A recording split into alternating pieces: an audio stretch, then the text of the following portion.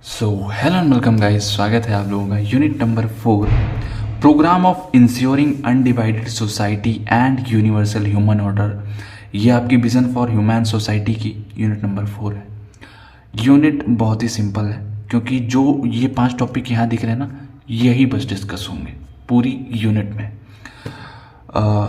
Unit का वही level of difficulties easy, ठीक है, मीडियम भी नहीं बोल सकते। एक बार पढ़ोगे एक बार में सारी चीज़ें क्लियर हो जाएंगी। Also try to make diagrams flow charts जिससे आपके नंबर्स में चार चांद लग सके। इसमें मैं पूरी यूनिट नंबर 4 कंप्लीट करूँगा। वीडियो 1 से 1.5 घंटे की हो सकती है, मे बी 2 घंटे की, उससे ज़्यादा नहीं जाएगी। चलिए शुरू करते हैं। आप चाहो तो 1.5x में देख सकते हो, ऑल्सो 2x ठीक है, चलिए शुरू करते हैं। पहला पॉइंट क्या है? Dimensions of human order, how these dimensions help in fulfilment of human goals. तो जो ह्यूमन ऑर्डर है उसके कौन कौन से डायमेंशंस हैं और वो कैसे ह्यूमन गोल्स को फुलफिल करने में मदद करते हैं। तो आपने डायमेंशंस पीछे पढ़ लिया है पिछले चैप्टर में, जहाँ पे मैंने आपको कहा था कि इसको हम अगले चैप्टर में अच्छे से पढ़ेंगे। तो उसी बात को मैं प्रूव करते हुए 5 dimensions of human order. Dimension मतलब हो जाता है सिस्टम। कौन कौन से सिस्टम है? एजुकेशन, संस्कार पहला सिस्टम है जो कि ह्यूमन गोल की तरफ ले जाता है। दूसरा क्या है? Health, self regulation. थर्ड क्या है? Production, work. फोर्थ क्या है? Justice, preservation. एंड फिफ्थ क्या है? Exchange, storage. ये जो नंबर्स लिखे हैं अभी इन पे ध्यान मत दो, जब देना होगा तो मैं आपको बताऊंगा, ठीक है।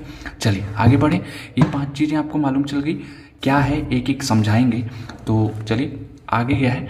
How these help in fulfilment of human goals. तो ये 5 डायमेंशन है। तो अगर डायमेंशन अभी आपको समझ में नहीं आ रहा है तो मैं आगे एक एक टॉपिक पे फुल पोस्टमार्टम होगा, तो don't worry. How these help in fulfil, ये जो 5 हैं ये कैसे ह्यूमन गोल्स को फुलफिल करने में मदद करते हैं, वो चीज़ हम देखने वाले हैं, ठीक है। नंबर 1 क्या है? एजुकेशन संस्कार। एजुकेशन संस्कार एक डायमेंशन है, वो कैसे ह्यूमन गोल। भाई अब आप इंसान हो, हम इंसान हैं, सबका एक ह्यूमन गोल होता है ना। अभी मैं अगर एक रफली बताऊं तो आप छोटे होते हो, खेलना होता है ना कि मुझे खेलना है, मुझे क्रिकेट खेलना है। जिनको क्रिकेट का भूत लग जाता है, मुझे ये सेंचुरी बनानी है, मुझे वीरेंद्र सहवाग, मुझे धोनी का साइन चाहिए, मतलब सब कुछ दिमाग में भरा होता है। ह्यूमन गोल्स, छोटे छोटे गोल्स हम लोग बनाते हैं ना। अब पढ़ाई की कैटेगरी में बताएं तो पहले क्लास 1 पढ़ते हो, 2 पढ़ते हो, फिर सोचते हो क्लास 5 हो जाएगा, एक दिन क्लास 10 हो जाएगा, फिर मेरी ज़िंदगी एकदम झक्कास हो जाएगी। क्योंकि रिश्तेदार और फैमिली वाले यही कहते हैं क्लास 10 तो उसके बाद ज़िंदगी झक्कास। नहीं भैया, फिर 11-12 आता है, फिर वो लोग यार 11-12 पढ़ लूँ उसके बाद तो ज़िंदगी पक्का झक्कास। तो 11-12 गोल बन जाता है। फिर 11-12 करने के बाद पता चलता है यहाँ पे भी हमारे रिश्तेदार और फैमिली वाले झूठ बोल दिए थे। फिर 12th के बाद आप कहते हो चलो एक ग्रेजुएशन कर लेते हैं, उसके बाद ज़िंदगी झक्कास, प्लेसमेंट लग जाएगी एंड ब्ला ब्ला ब्ला। ये करते हो, 4 साल बाद देखते हो कि प्लेसमेंट भी लग रही, बहुत छोटी लग रही, ज़िंदगी तो अब भी झक्कास नहीं हुई है। तो ज़िंदगी का जो गोल होता है हम गोल सेट करते रहते हैं कि अब झक्कास होगी, अब झक्कास होगी, या फिर मुझको ये अचीव करना है इतने टाइम में, है ना। कि अगर मेरी 15 लाख की जॉब लग गई ईयरली तो मेरी ज़िंदगी झक्कास हो जाएगी। ये सोचते हैं ना, ये हमारा एक ह्यूमन गोल बन जाता है। उसी तरीके से क्या है? एजुकेशन संस्कार जो ह्यूमन गोल है उसको अचीव करने में कैसे मदद करता है? Leads to right understanding. Right understanding कैसे आएगी? एजुकेशन संस्कार से आएगी। जब तक आप पढ़ाई नहीं करोगे, जब तक आपके अंदर संस्कार नहीं आएंगे, वैल्यूज़ नहीं आएंगी, तब तक आप कुछ नहीं कर पाओगे लाइफ में। तो लीड्स टू राइट अंडरस्टैंडिंग, जब आप पढ़ने जाओगे तो आपको सही समझ मिलेगी। सेकंड क्या? Right feeling, happiness. असली खुशी किस में है वो आपको पता चलेगा।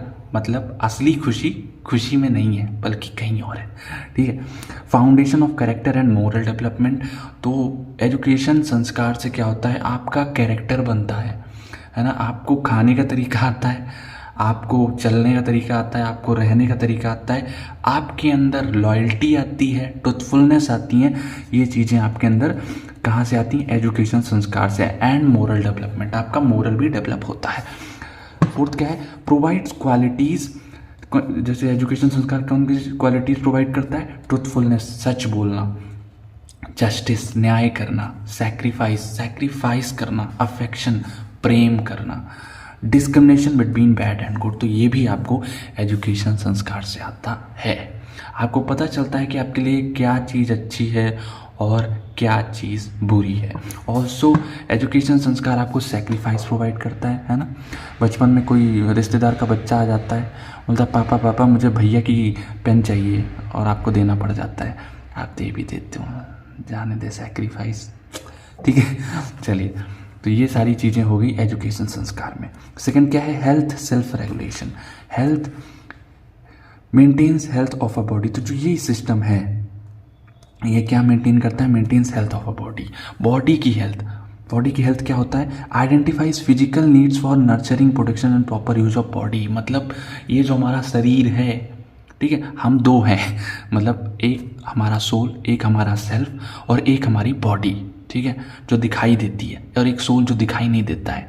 लोग बोलते हैं ना दिल का बहुत अच्छा है, तो वो दिल का अच्छा, और एक्चुअली में उसका दिल फाड़ के देखोगे तो दिल में पता चलेगा छेद है। समझ लो, ये दोनों चीज़ डिफरेंट होती हैं। इन the same way to maintains health of a body.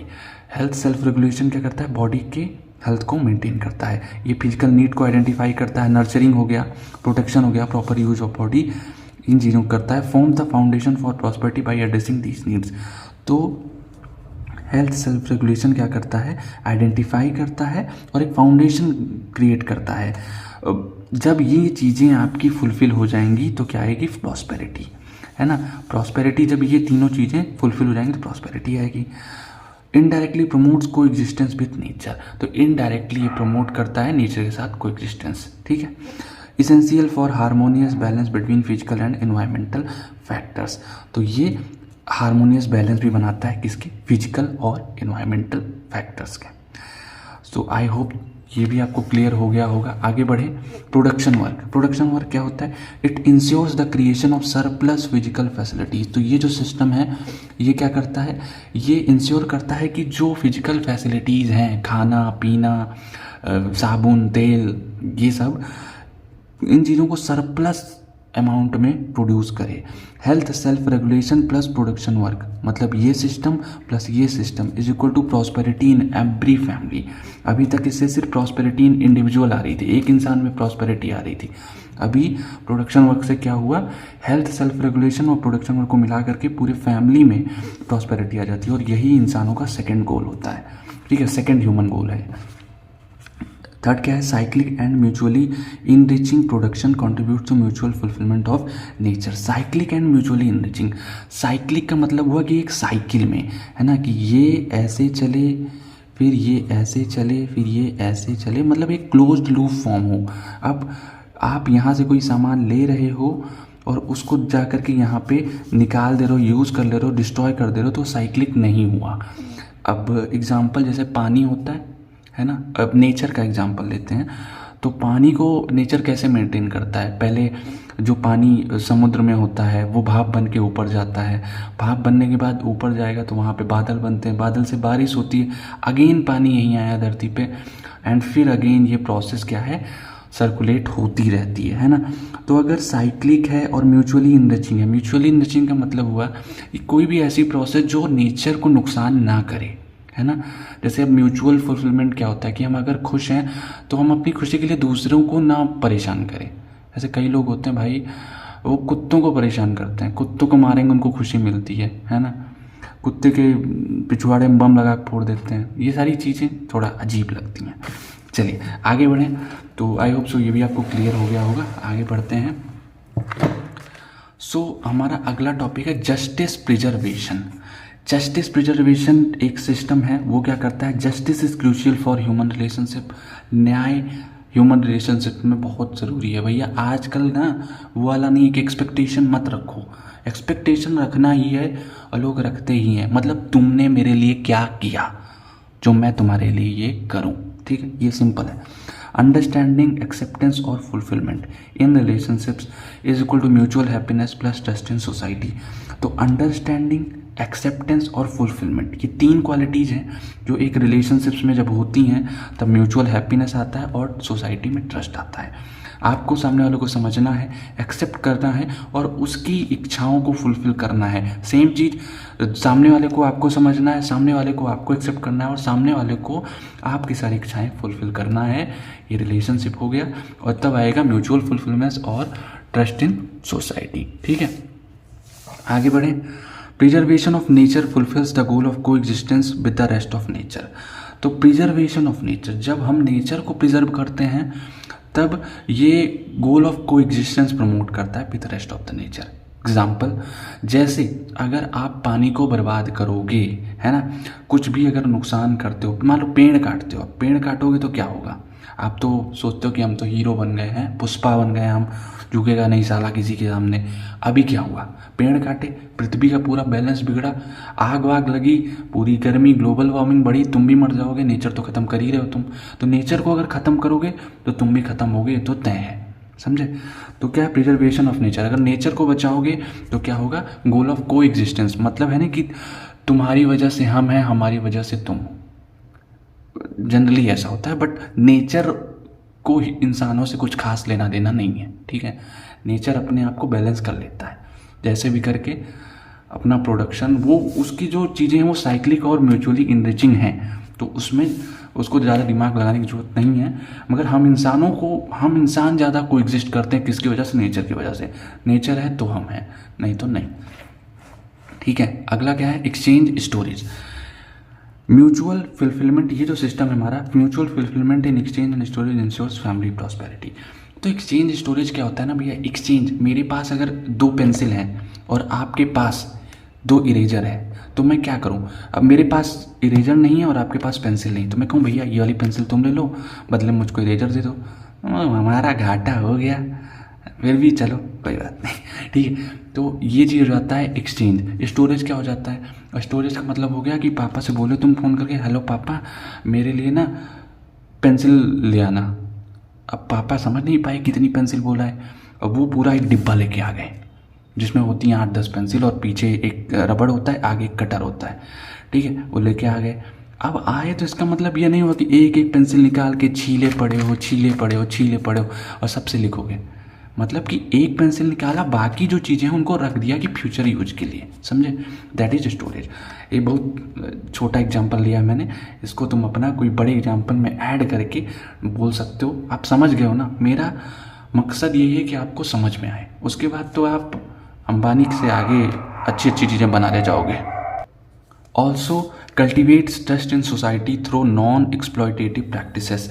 तो ये क्या है कि ऑल्सो कल्टिवेट्स, ये सोसाइटी में ट्रस्ट भी कल्टिवेट करता है क्योंकि वहाँ पे कोई नॉन एक्सप्लॉयटेटिव प्रैक्टिसेस नहीं होंगी, है ना? एक्सचेंज स्टोरेज का जो सिस्टम है ये बहुत बेहतर और बेहतरीन सिस्टम है जो कि सोसाइटी में बड़ा प्रेम बढ़ाएगा, है ना, और ट्रस्ट बढ़ाएगा, जहाँ पे लोग अभय आएगी, अभय की क्वालिटी आएगी लोगों में। अब ये ब्लॉक डायग्राम समझ लो, ये ह्यूमन गोल्स हो जाते हैं, ठीक है? अब इनको हम यहाँ पे देखेंगे, human order and human goals. तो ये जो सेकंड क्वेश्चन है हमारा कि how these dimensions helps in fulfilment of human goals, उसी को हमने यहाँ बनाया है। 1 2 3 4 उसी बार थी। Right understanding and right feeling I in every individual. तो पहला क्या है कि पहले हम हैं, ठीक है? मैं आपका एग्जाम्पल लेता हूँ, पहले आप हो, आपके अंदर जब राइट अंडरस्टैंडिंग और राइट फीलिंग आई तो इन एवरी इंडिविजुअल ये आई। अब आपके अंदर आई यही चीज़ आपके भाई के अंदर, आपके बहन के अंदर, आपके पिता के अंदर, आपके माता के अंदर, तो क्या होगा? इन एवरी फैमिली हो गया यही चीज़, सेम चीज़, है ना? अब हर फैमिली में हो गया तो क्या होगा? प्रॉस्पेरिटी आएगी। प्रॉस्पेरिटी क्या होता है कि ज़रूरत से ज़्यादा सामान होना, मतलब कि सफिशिएंट तो है ही। जैसे अब घर में चावल है, क्या रोज़ रोज़ चावल थोड़ी ना आता है 1 किलो, मतलब 2-4 बोरी रखा हुआ है, 1 बोरी खाओगे, साल भर में कितना खा पाओगे? ये भी सब डिपेंड करता है। चावल रखा है, आटा रखा है, मान लेते हैं 10 बोरी चावल रखा है, क्या 10 बोरी चावल ख़त्म हो जाएगा अगर 2-4 लोग हो घर में? नहीं होगा।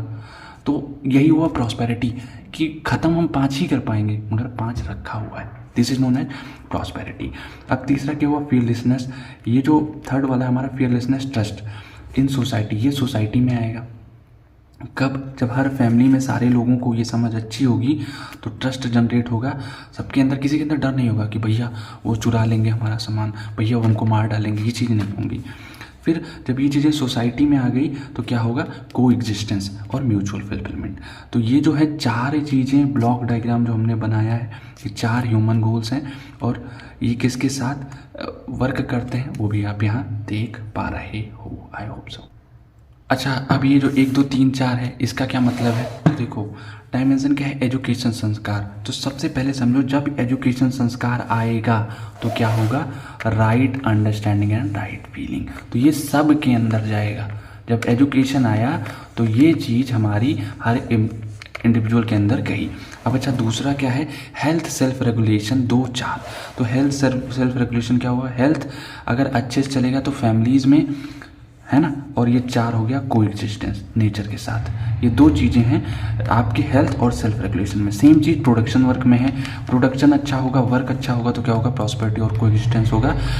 कोएग्जिस्टेंस कैसे होगा? जो हमारा प्रोडक्शन वर्क है वो साइक्लिक और म्यूचुअली इनरिचिंग होना चाहिए, तब नेचर के साथ भी ये कोएग्जिस्टेंस होगा।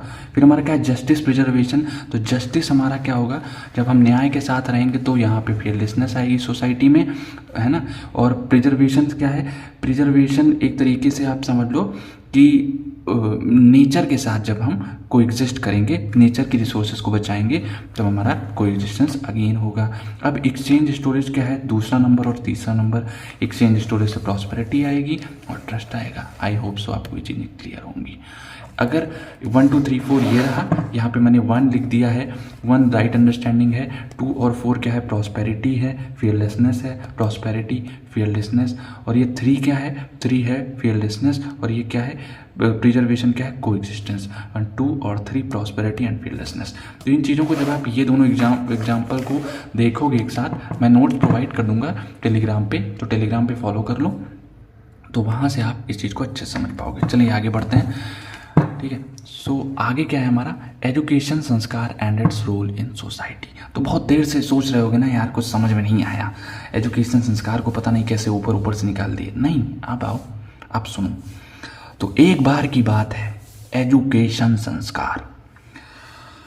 Education means develop right understanding of the harmony at all levels of being from self to entire existence.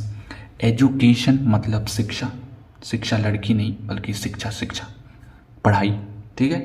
शिक्षा का मतलब क्या होता है? डेवलप राइट अंडरस्टैंडिंग, सही सोच, सही समझ एक इंसान के अंदर डालना। Understanding of the harmony at all level of being, ये सही सोच क्या करती है? हार्मनी क्रिएट करती है। या सिंपल समझ लो कि हार्मनी की सही सोच at all levels of being, सभी लेवल्स पे वो क्या हो जाता है? आपका एजुकेशन। अब from self to entire existence मतलब हो गया, इंटायर एग्जिस्टेंस में आपका इंडिविजुअल, फैमिली, सोसाइटी, नेचर, ये 4 चीज़ें आ गई। जब आपके अंदर सही समझ है तो आप प्रेम से रहोगे, पीस में रहोगे, हार्मनी में रहोगे, किसी को नुकसान नहीं पहुंचाओगे।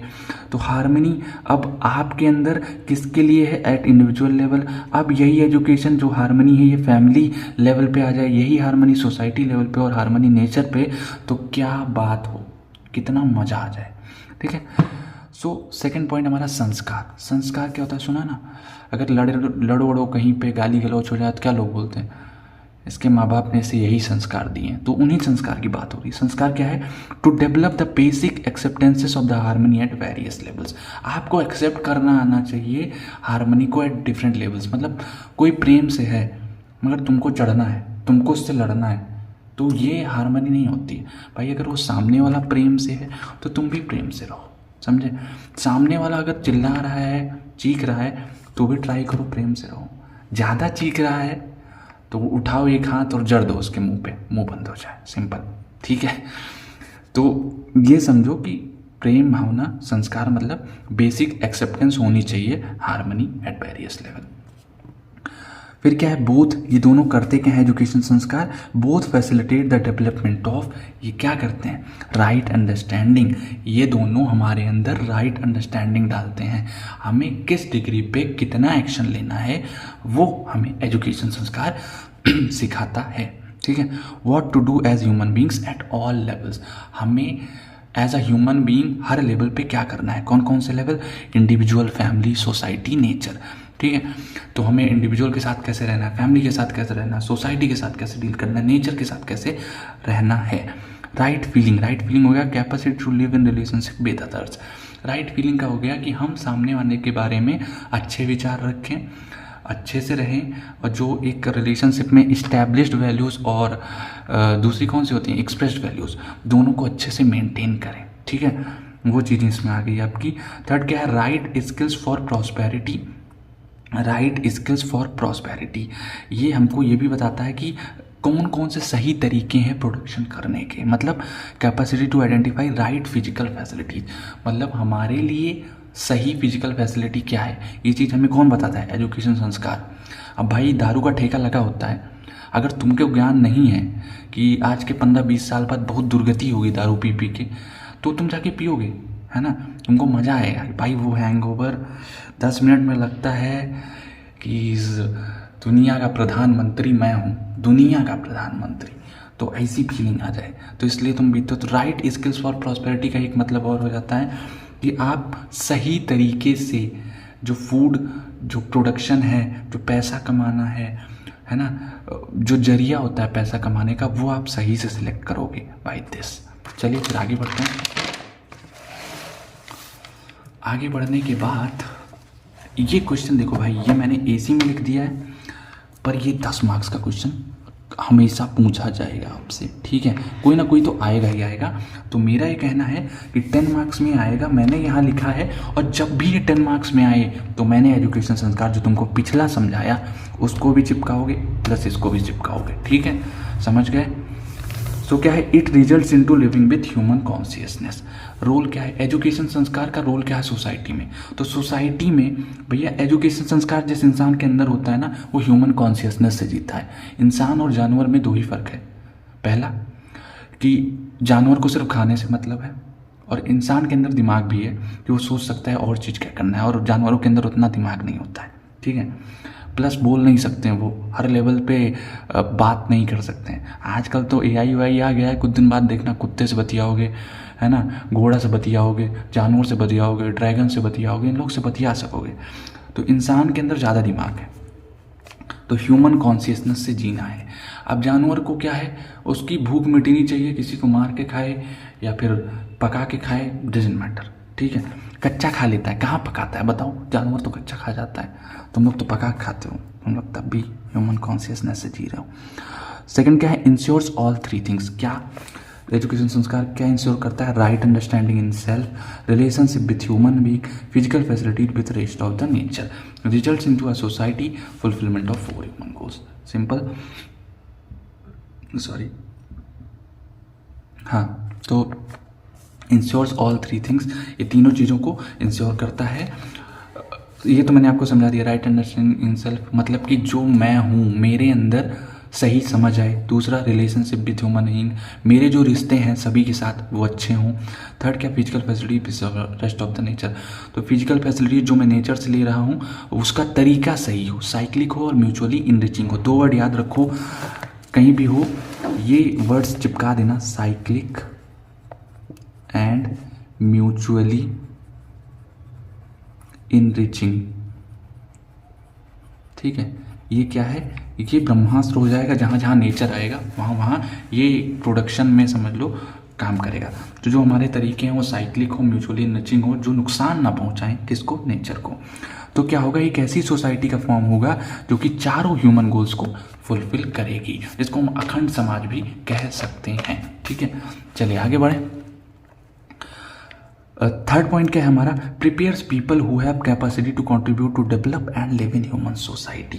तो ये इंसानों को प्रिपेयर करता है। एजुकेशन संस्कार क्या करता है भाई, पढ़ोगे लिखोगे तो क्या घर में वो बैल चलाओगे हैं या फिर मजदूरी करोगे? पढ़ने लिखने के बाद मजदूरी करते हो? नहीं करते हो, बल्कि क्या करते हो, तुम एक ऐसी टेक्नोलॉजी बनाते हो कि मजदूरों का काम भी आसान हो सके, ठीक है। Prepares people who have a capacity to contribute to develop and live in human society, तो उस ह्यूमन सोसाइटी को नेक्स्ट लेवल पे ले जा सकें, है ना। ऐसा आप एक सिस्टम बनाते हो पढ़ने लिखने के बाद, और उस ह्यूमन सोसाइटी में रह भी सकें और उसको डेवलप भी कर सकें। फोर्थ क्या है, formal education is also important but more is learn from family and society. So जो फॉर्मल एजुकेशन है, फॉर्मल एजुकेशन मतलब क्लास 1 2 3 4 5 6 10 11 12, ग्रेजुएशन, पोस्ट ग्रेजुएशन, ठीक है, फिर PhD वगैरह, ये सारी चीज़ें जो होती हैं तुम्हारी आ जाती हैं फॉर्मल एजुकेशन में। Formal education is also important, definitely important है। आज तो भाई डिग्री के बिना कहीं काम होता ही नहीं है, मगर जो ज़्यादा होता है जब कैरेक्टर की बात आती है, but more is learn from family and society. अब आपका कैरेक्टर कैसा है वो किताब से बहुत कम डिसाइड हो पाएगा। क्यों? क्योंकि पहले आप क्या होते हो ना, पहले आप अपनी फैमिली को देखते हो, सोसाइटी को देखते हो। भाई बहुत एक्सेप्शंस होते हैं, बहुत कम ही बच्चे होते हैं जो बचपन में उठें और ABCD वाली किताब पकड़ लें और उससे अपनी ज़िंदगी बनाने लगे।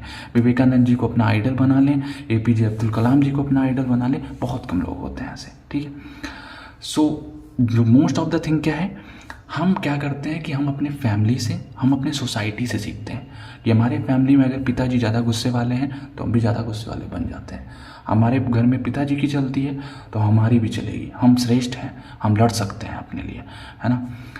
तो पहले मैं तो वो चीज़ें आ जाती हैं। फिर यही चीज़ें जैसे कैरेक्टर डेवलपमेंट की मैं बात करूं तो अगर आपके फैमिली में बुआ की लड़की, चाची की लड़की, चाचा की लड़का, ये सब अगर कैरेक्टरली थोड़ा वीक हैं, कैरेक्टर ढीला है इनका, तो उस तरीके से आप भी कहीं ना कहीं इन्फ्लुएंस होने लगते हो।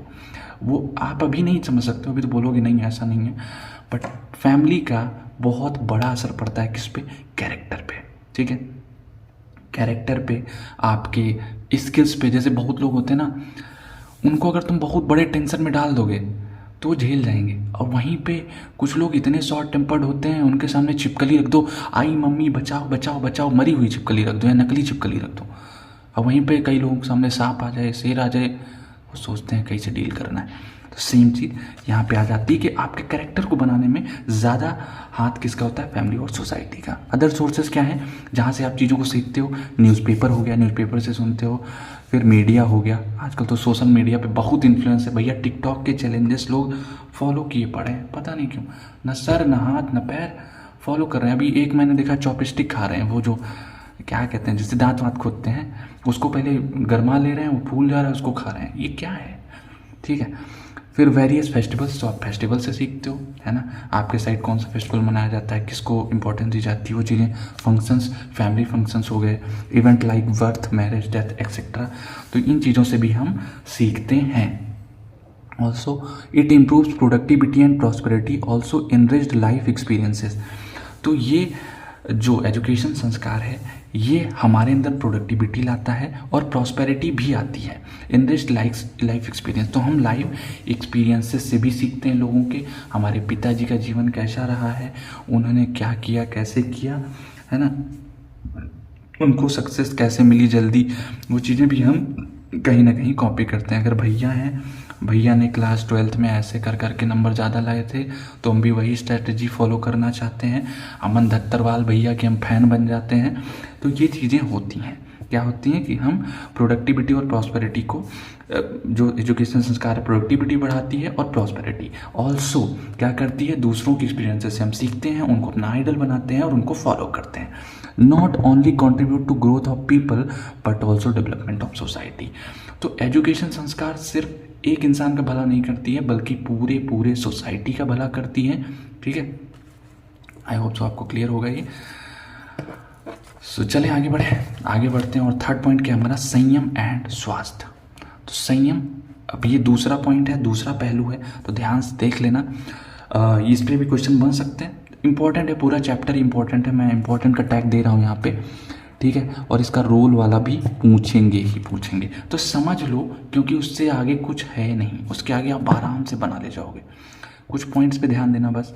संयम क्या है? Self control. सेल्फ का कंट्रोल मतलब, आगे देखते हैं, feeling of responsibility in the self. Feeling of responsibility मतलब कि मैं एक जिम्मेदार सेल्फ हूँ, मैं एक जिम्मेदार नागरिक हूँ for nurturing, protection and right utilisation of body.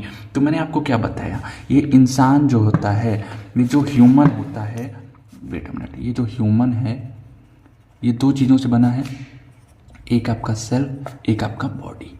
तो सेल्फ जो कहते नहीं हमारे अंदर आत्मा है, वो आत्मा की बात हो रही है सेल्फ, और बॉडी जो दिखाई देती है कि कोई सुंदर है, कोई गोरा है, कोई मोटा है, एक्सेट्रा एक्सेट्रा।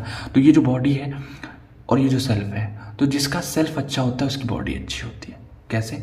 कि भाई सेल्फ से को आप रिस्पॉन्सिबिलिटी दे रहे हो कि भाई तू जिम्मेदार है, किसके लिए? इस बॉडी के लिए। अगर इसमें कोई खरोच आई तो तू जिम्मेदार है, अगर ये कल बर्बाद हुई तो तू जिम्मेदार है, अगर इसमें कुछ भी लोचा हो रहा है तो तू जिम्मेदार है। समझे?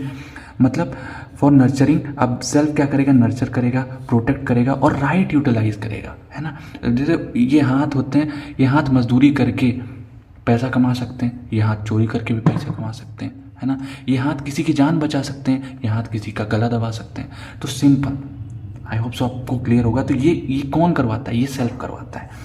Control of mind, self control में क्या हो गया? कंट्रोल ऑफ माइंड, माइंड का कंट्रोल। ये जो सेल्फ है, कई लोग इसको माइंड से बोलते हैं कि माइंड है। Control of mind and its desire, इसकी डिजायर्स का कंट्रोल, अर्जेस का कंट्रोल, इमोशंस का, डिल्यूजन्स का। तो इन चीज़ों का जो कंट्रोल होता है वो हमारा क्या कहलाता है? संयम। अगर हमारा माइंड पे अच्छा कंट्रोल है तब हम लाइफ में अच्छी चीज़ें करते हैं। ठीक है, चलिए आगे बढ़ें। आई होप सो आपको क्लियर होगा कि माइंड को भी कंट्रोल करना है, किस लिए? डिजायर्स को। जैसे इच्छाएं तो बहुत बहुत होती है ना, मन करता है बुर्ज खलीफा पर चढ़ें और कूद जाएं वहाँ से, और जब उड़ेंगे तो लगेगा जैसे शक्तिमान की तरह उड़ रहे हैं, है ना, या बैटमैन की तरह उड़ रहे हैं, स्पाइडरमैन की तरह उड़ रहे हैं, बट ऐसा होता नहीं है। ठीक है, तो क्या है? कंट्रोल ऑफ माइंड, डिज़ायर हो गया, अर्जेस होगी। अभी इसका एग्जाम्पल देखोगे मज़ा आएगा। स्वास्थ्य क्या है? स्वास्थ्य सुना है ना, हिंदी वर्ड है स्वास्थ्य। थोड़ा स्वास्थ्य खराब है, खांसी आ रही है, बीमार हूँ थोड़ा, है ना, ये चीज़ें आ गई। स्वास्थ्य एक संस्कृत से लिया गया है वर्ड जो है, संस्कृत से। स्व मतलब माई ओन सेल्फ, मतलब मैं, मेरा। स्था मतलब टू बी सिचुएटेड, कि मैं सही से सिचुएटेड हूँ। सिंपल यही समझो। Condition of body where every part of body is performing its expected function. FN मतलब फंक्शन। लिख दे रहा हूँ भैया, नहीं बुला जाओ तुम लोग, वैसे तो इंजीनियर हो, जानते ही हो। ठीक है, फंक्शन मतलब फंक्शन। फंक्शन का मतलब क्या हो गया? मतलब कि ये जो स्वास्थ्य है क्या होता है कि हमारी बॉडी की कंडीशन, कि हमारे हर एक पार्ट, हमारे हर एक पुर्जे ढीले नहीं हैं, काम कर रहे हैं, सही से काम कर रहे हैं, है ना। उसकी बात हो गई। जो इनका काम है वो ऐसा काम कर रहे हैं। अब से दिल का काम है ब्लड को प्यूरिफाई करना। अब पता चले तुम्हारा दिल सांस ले रहा है, तो ऐसा नहीं होना चाहिए। ठीक है, फिर क्या है? Self dependence, health, sound state, comfort, satisfaction. स्वास्थ्य में ये चीज़ें आ जाती हैं कि सेल्फ पे डिपेंडेंसी हो, हेल्थ अच्छी हो हमारी, साउंड स्टेट हो, कंफर्ट हो, सेटिस्फैक्शन हो, ये चीज़ें हमारी स्वास्थ्य में आ जाती हैं। इन दोनों में रिलेशन क्या है? संयम और स्वास्थ्य में रिलेशन क्या है? संयम इंश्योर्स स्वास्थ्य। तो संयम अगर सही है तो स्वास्थ्य सही होगा। मतलब right understanding plus right feeling is equal to body gets favourably affected. मतलब जब संयम के अंदर ये दोनों पॉइंट आएंगे, देख लो, संयम के अंदर ही राइट अंडरस्टैंडिंग और राइट फीलिंग आएगा। तो जब आपके अंदर सही समझ है और सही विचार है, फीलिंग का मतलब विचार, तो क्या होगा? आपकी बॉडी फेवरेबली अफेक्टेड होगी। अब आपके विचार अगर सही हैं, आप जिम सिम जाओगे, पुलअप करोगे, पुशअप मारोगे, बॉडी सॉडी बनोगे। विचार गलत है तो ठेके के बाहर 150 का पौवा मिलता है, और भाई मुझे मालूम नहीं है, पीता उता नहीं हूँ मैं, तो जा करके ले लोगे, पैक बना करके, जिससे डंबल उठाते हैं तुम ऐसे करके उठाओगे, दारू पियोगे। तो एक्चुअली जो होता है संयम इंश्योर्स स्वास्थ्य। ठीक है, आगे बढ़े। तो क्या है? फोर्थ पॉइंट क्या है? एग्जाम्पल। तो एक एग्जाम्पल थोड़ा सही सलामत ले लेते हैं यार, नहीं तुम लोग बोलोगे बस एग्जामों में क्या लिखा करें। एग्जामों में लिख दोगे ना, थोड़ा अंग्रेजी में लिखना है। अंग्रेजी एक ऐसी चीज़ है ना, जब उसको तुम लिखोगे तो लगेगा भाई बड़ा प्रोफेशनल बोल रहा है। हिंदी में हम लोग की लैंग्वेज में थोड़ा सा ऊंच नीच हो जाती है, अंग्रेजी वाले थोड़ा प्रोफेशनल बन जाते हैं। अब ये नहीं जानते कि हिंदी हमारी मातृभाषा, और हिंदी में जितना हम अच्छे से एक्सप्रेस कर पाते हैं उतना अंग्रेजी में नहीं कर पाते हैं। ठीक है, क्या है एग्जाम्पल? Favourite food. अब आपको पसंद है पनीर और चावल, भाई पनीर चावल है। अब होटल में जाते हो तो थोड़ा महंगा पड़ जाता है। अब पड़ोसी में शादी थी किसी की, कॉलेज के बगल वाले लॉन में, अच्छा शादी है, कूद गए दोनों लोग, तुम और तुम्हारा फ्रेंड कूद गए। अब भाई तुमको तो पसंद है कि पनीर चावल चाप देंगे। अब आया फ्री का माल है, लिए जा रहे हो 10 प्लेटें पनीर चाप दिए तुम, क्या हो गया? Excessive eating. पहली चीज़ तुमको पता था कि हम फेवरेट है मगर इतना नहीं खाना चाहिए, तो आपने अपना सेल्फ कंट्रोल खोया, एक्सेसिव ईट किया, 10 प्लेट पनीर चाप दिए, तो क्या होगा? बॉडी गेट्स फेवरेबली नहीं सॉरी नीचे आ जाओ, वही हम क्या कैसे हो गया? एक्सेसिव ईटिंग, तो क्या होगा? स्टमक एक। अब ज़्यादा खा लिए, वहाँ से खा के आए, चल तो पा नहीं रहे हो, दोस्त तुमको टांगे लेके आ रहा है, टांगे लेके आया तो पेट दर्द होने लगा। अब बोल रहे अब क्या किया जाए? तो गड़बड़ हो गया मामला यार, पसंद की चीज़ थी, ओवर ईट कर गए, निपट गए। अब क्या हो जाएगा? डिसहार्मनी इन स्वास्थ्य। जो हमारा स्वास्थ्य है उसमें डिसहार्मनी आपको दिख जाएगी, है ना। तो यही चीज़ है, रिलेशन क्या है? संयम अगर सही है तो क्या हो जाता है? स्वास्थ्य अपने आप सही हो जाती है। अब इसका सही तरीका बताएं क्या था? पनीर 10 प्लेट नहीं खानी थी तुमको 3 प्लेट खानी थी, 7 प्लेट चुपके से बांध बूंद के घर ले आना था, 2-3 दिन में खाते, समझे। चलो आगे बढ़े। तो पांचवा ये जो है, ये अगेन 10 मार्क्स का क्वेश्चन आएगा, ठीक है। 10 मार्क्स का ये क्वेश्चन पूछा जा सकता है। देखो 10 मार्क्स में अगर ये आए तो ये 5 में आएगा, ठीक है, संयम एंड स्वास्थ्य, या फिर 2 नंबर में आएगा।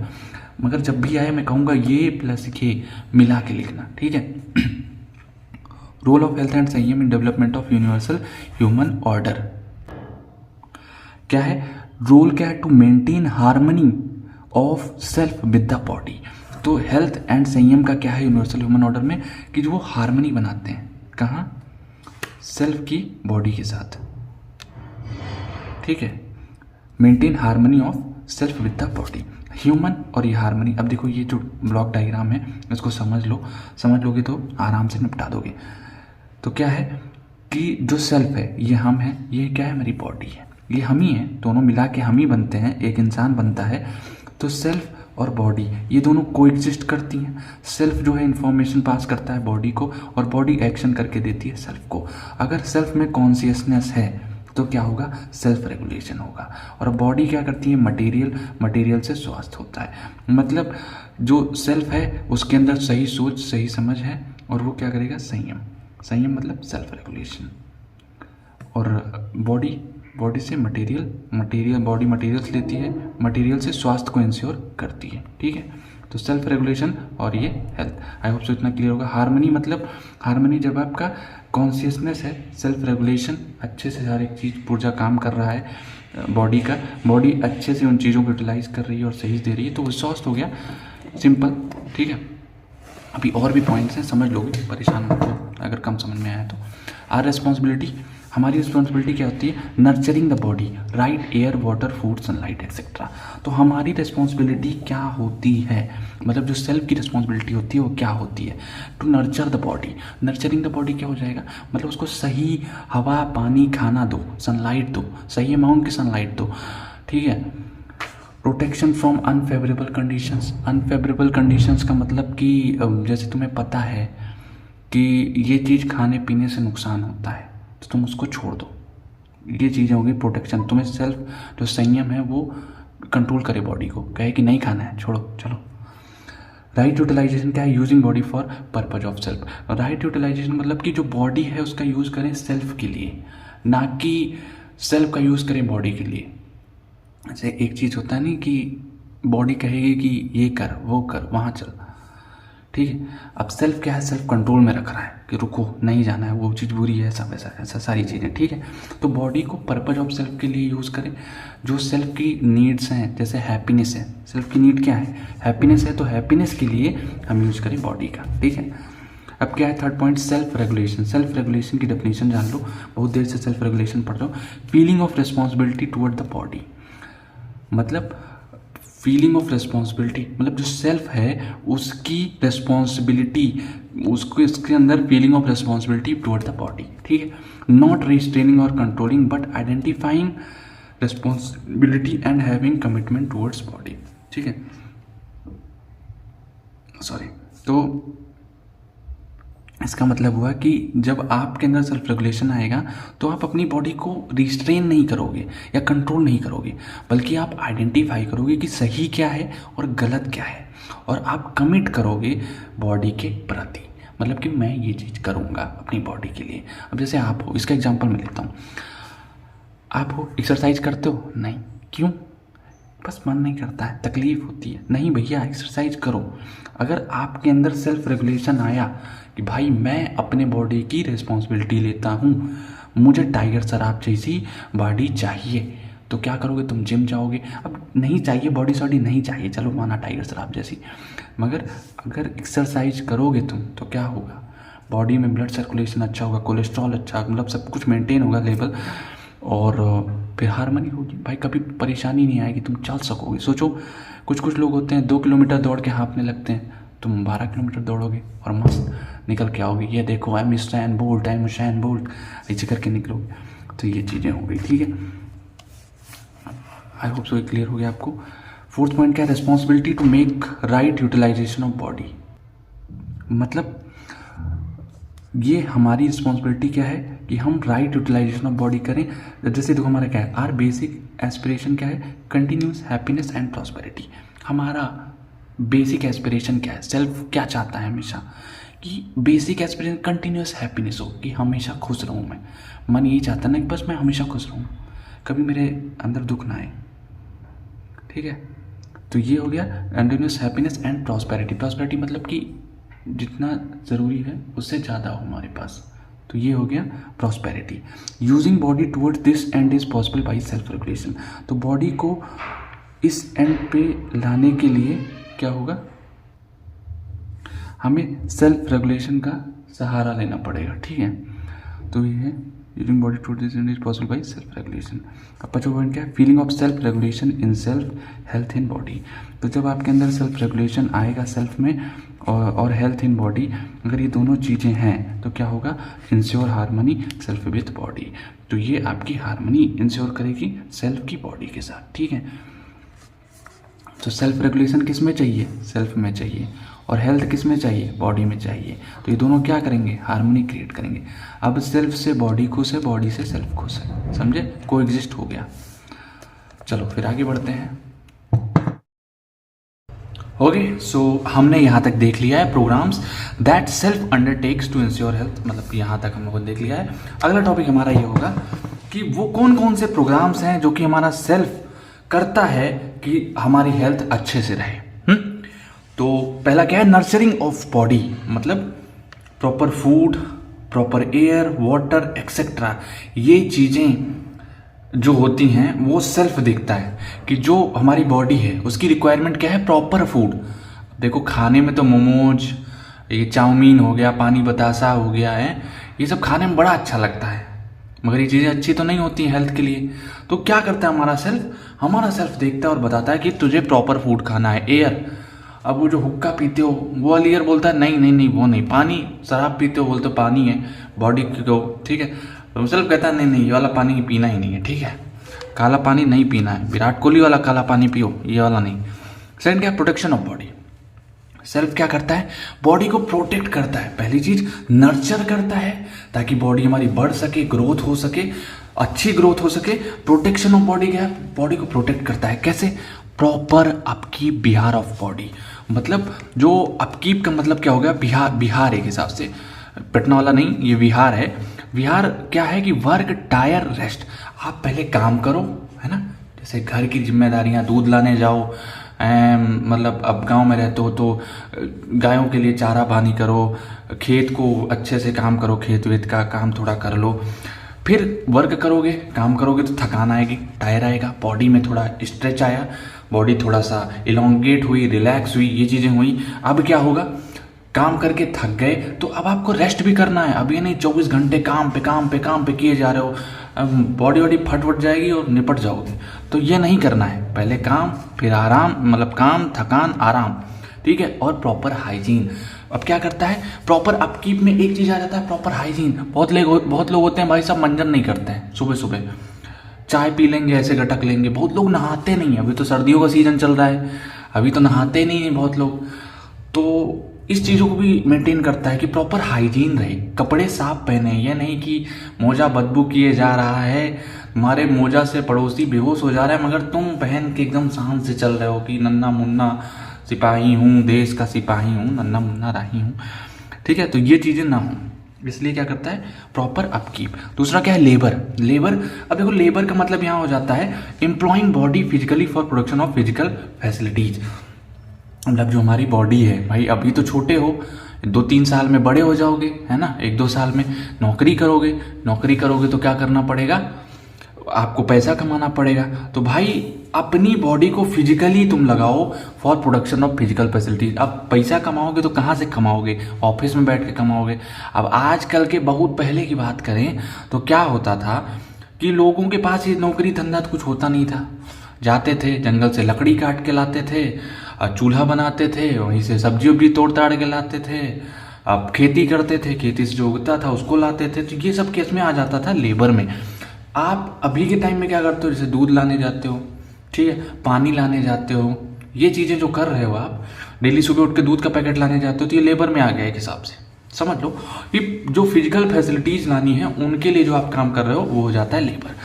अब लेबर से क्या होगा, सारी चीज़ें लेबर से थोड़ी ना हो जाएगा। अब सोचो कि यार हम डेली जो है 2 बाल्टी पानी भर के 100 मीटर चलते हैं तो हमारी तो एक्सरसाइज हो गई, एक्सरसाइज क्यों करें? नहीं भैया, उससे सिर्फ आपकी हाथों की एक्सरसाइज हुई है ना।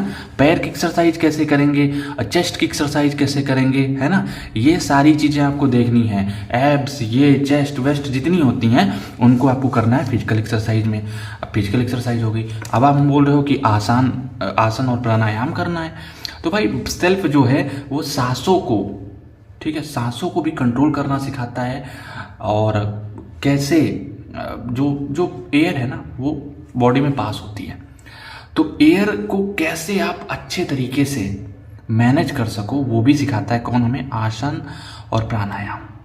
आसन से आप बैठोगे, एक जगह पे बैठोगे, आपके अंदर स्टेबिलिटी आएगी, फोकस आएगा। बहुत लोग होते हैं ना कि 10 मिनट काम किए बस उठ जाओ, 10 मिनट काम किए उठ जाओ, तो ये चीज़ें ना होंगी, ये चीज़ें आसन से आपको समझ में आएंगी। प्राणायाम आपकी सांस को कंट्रोल करता है और अच्छे से प्रोसेस करता है कि आपको जो रेस्पिरेटरी डिजीज होते हैं लंग से रिलेटेड वो चीज़ें नहीं। फिर क्या ट्रीटमेंट ऑफ बॉडी, तो बॉडी का ट्रीटमेंट सिंपल समझ चुके हो आप, इसमें क्या ही अब एक्सप्लेन करूँ मैं।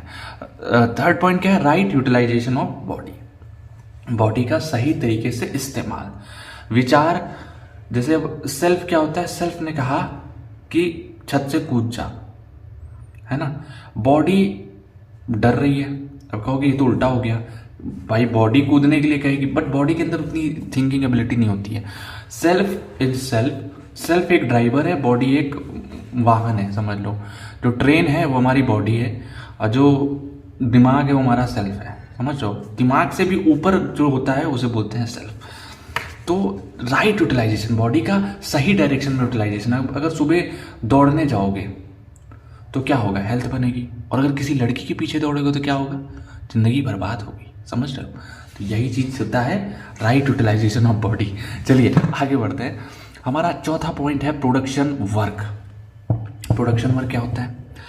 अब प्रोडक्शन वर्क की बात करें तो पहला पॉइंट है production, things obtained out of work. जब आप काम करते हो, जब आप यहाँ समझो प्रोडक्शन, सब्जी काटा, प्याज काटा, आलू काटा, सब कुछ काट कुट के आपने बर्तन में डाला। बर्तन में डालने के बाद गैस ऑन किया, उसको कुक किया कुछ देर, कुछ कुक करने के बाद थोड़े टाइम बाद कुछ मिला ना आपको प्लेट में, जब वो निकालोगे तो परफेक्ट खाना मिला ना एक। अब मैं यही बोलें कि सब कुछ तो पेट में जाके एक हो जाएगा। एक काम करो, कच्ची आलू लो, कच्चा प्याज लो, इन सबको काट वाट के खा जाओ, तो वो चीज़ें नहीं होंगी। यहाँ पे क्या है? Things obtained out of work. अब इसका बड़ा एग्जाम्पल लें तो अभी आपको चावल चाहिए, अभी तो जाके दुकान से ले लेते हो। गांव के लोग क्या करते हैं, अपने खेत होते हैं, उनके खेतों में चावल बोते हैं, ठीक है, धान बोते हैं और उसी को फिर वो यूज़ करते हैं। तो ये वहाँ पे क्या किया उन्होंने?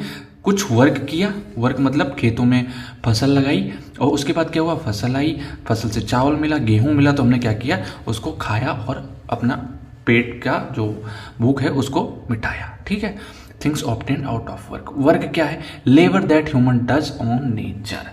तो प्रोडक्शन में वो चीज़ें हो गई।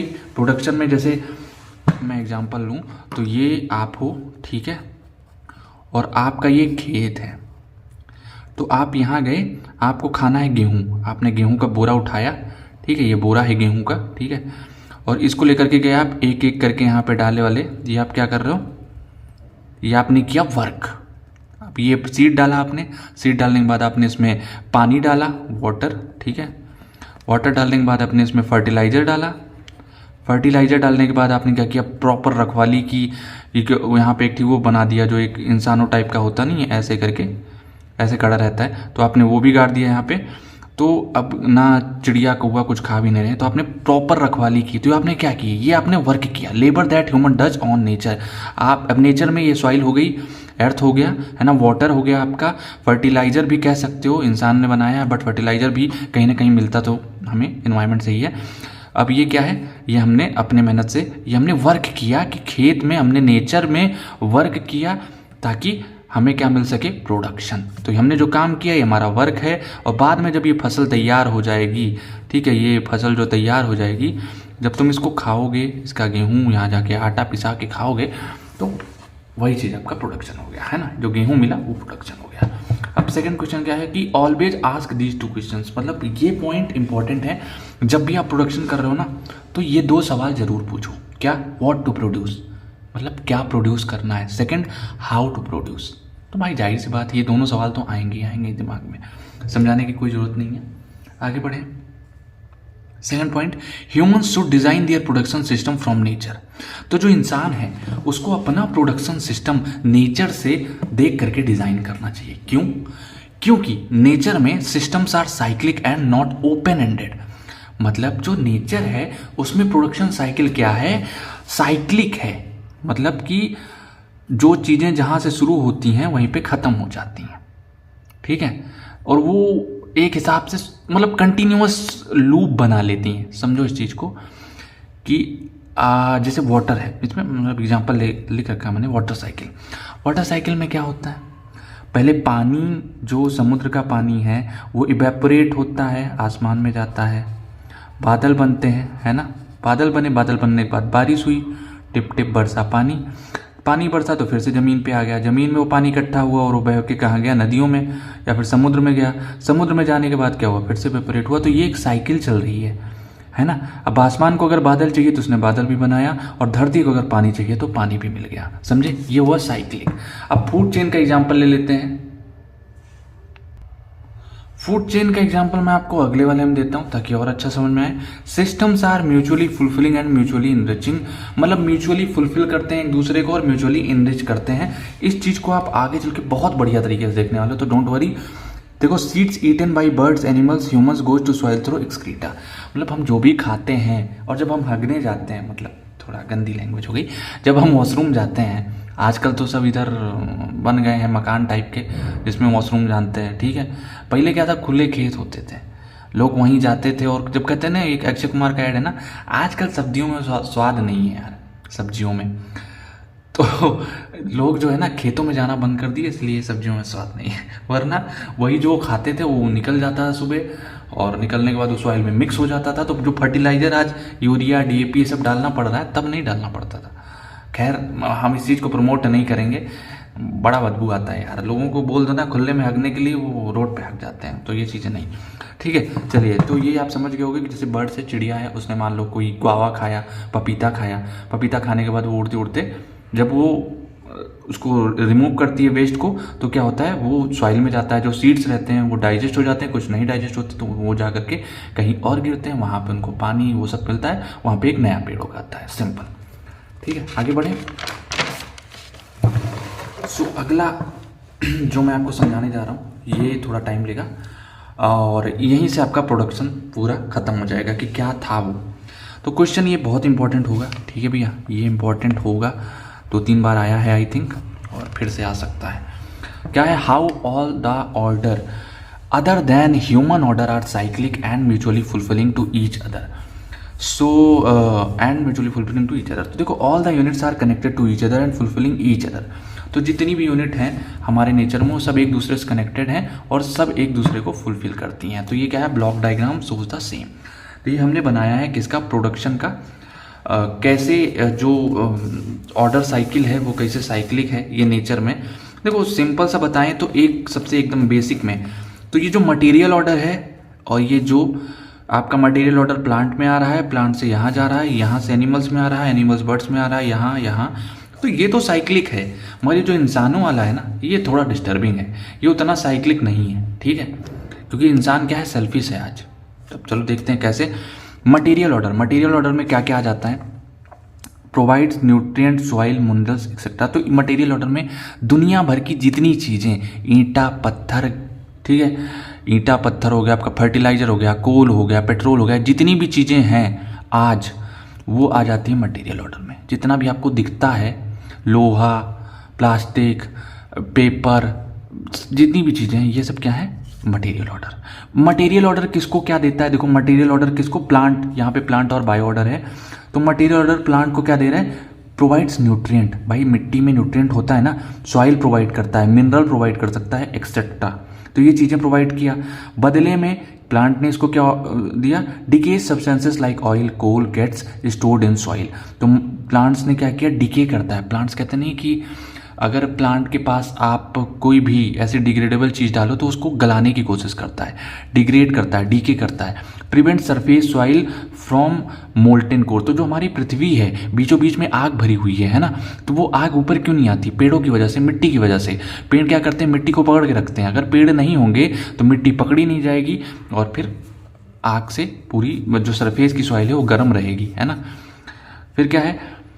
Produce oxygen, carbon dioxide, helps in movement of material. तो ये क्या करता है? प्लांट ऑक्सीजन भी प्रोड्यूस करता है, कार्बन डाइऑक्साइड प्रोड्यूस करता है, मूवमेंट ऑफ मटेरियल। अब भाई जैसे हवा जब चलती है तो पेड़ के पत्ते हिलते हैं, पत्ते हिलते हैं तो ये एक जगह से दूसरी जगह पे वो चीज़ें जो होती हैं उड़ के चली जाती हैं, ठीक। सिंपल ये है, मिट्टी समझ लो, जो भी चीज़ें समझो वो उड़ के इधर उधर हो जाती हैं। Plants hold soil and prevent soil erosion. तो जब पानी का कटाव आता है तो जहाँ पेड़ ज़्यादा होते हैं वहाँ पे मिट्टी जो है एकदम अच्छे से तगड़े से पकड़ के रखता है, और जहाँ पेड़ नहीं होते वहाँ की मिट्टी तुरंत कट जाती है, ठीक है।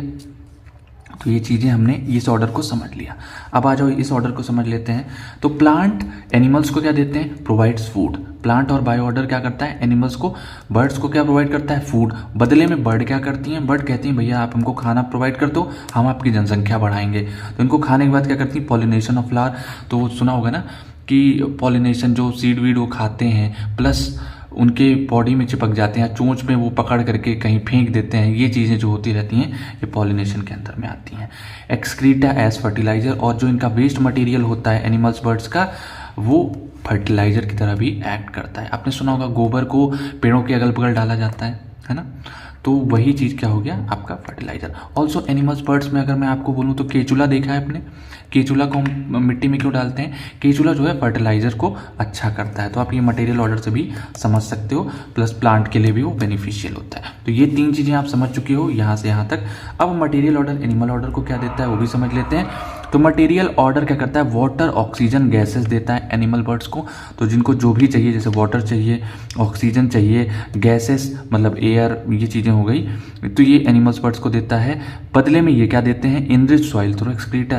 तो ये जो है मटेरियल ऑर्डर में जो सॉइल है, सॉइल इसमें आती है ना मटेरियल ऑर्डर में, तो मटेरियल ऑर्डर की जो सॉइल होती है उसको फर्टिलाइज कर देते हैं, उसमें ग्रोथ अच्छी हो जाए और ताकि फिर ये साइकिल अच्छे से। तो ये साइकिल तो बढ़िया मस्त चलती है, मगर यहाँ से जो देने वाली साइकिल है वो तो बढ़िया चल रही है, ठीक है। यहाँ से जो देने वाली साइकिल है, ठीक है, वो बहुत बढ़िया चल रही है, मगर जो लेने वाली साइकिल जो इंसान बदले में दे रहा है वो खतरे में है, वो इसलिए रेड में है। देखो ये रेड में है, इंसान जो यहाँ दे रहा है रेड में है, ठीक है, और जो इंसान यहाँ दे रहा है वो भी रेड में है। अच्छा, तो अब प्लांट का देख लेते हैं कि ये तीनों चारों कैसे इसको क्या देते हैं। प्लांट और बायो ऑर्डर क्या देता है? फूड देता है, प्लांट से हम लोग खाना लेते हैं। वुड देता है, लकड़ी देता है, पेपर ऊपर बनता है। इसेंशियल हर्ब्स देता है, जो हमारी ज़रूरत की दवाइयाँ होती हैं वो सब भी हम बना लेते हैं। तो ये चीज़ें ह्यूमन ऑर्डर देता है। बदले में ह्यूमन क्या देता है? प्लांट्स की टेक केयर कर लेता है। भाई यहाँ पे थोड़ा अच्छा काम कर दिया, पौधों का रखवाली कर लिया बदले में। अब उसके अलावा और कुछ नहीं कर पाता है वो, ठीक है। कह दो तो पॉपुलेशन बढ़ा देता है, मगर बहुत इन नेचुरल, इन ह्यूमन तरीके से बढ़ा रहा है, ठीक है। एंड डिस्ट्रॉयज ऑल्सो, डिस्ट्रॉय ज़्यादा कर रहा है। आजकल लोग पेड़ काट काट के घर बना रहे हैं, पेड़ काट काट के अपने घर की चीज़ें बना रहे हैं, मगर कोई पेड़ नहीं लगाना चाहता।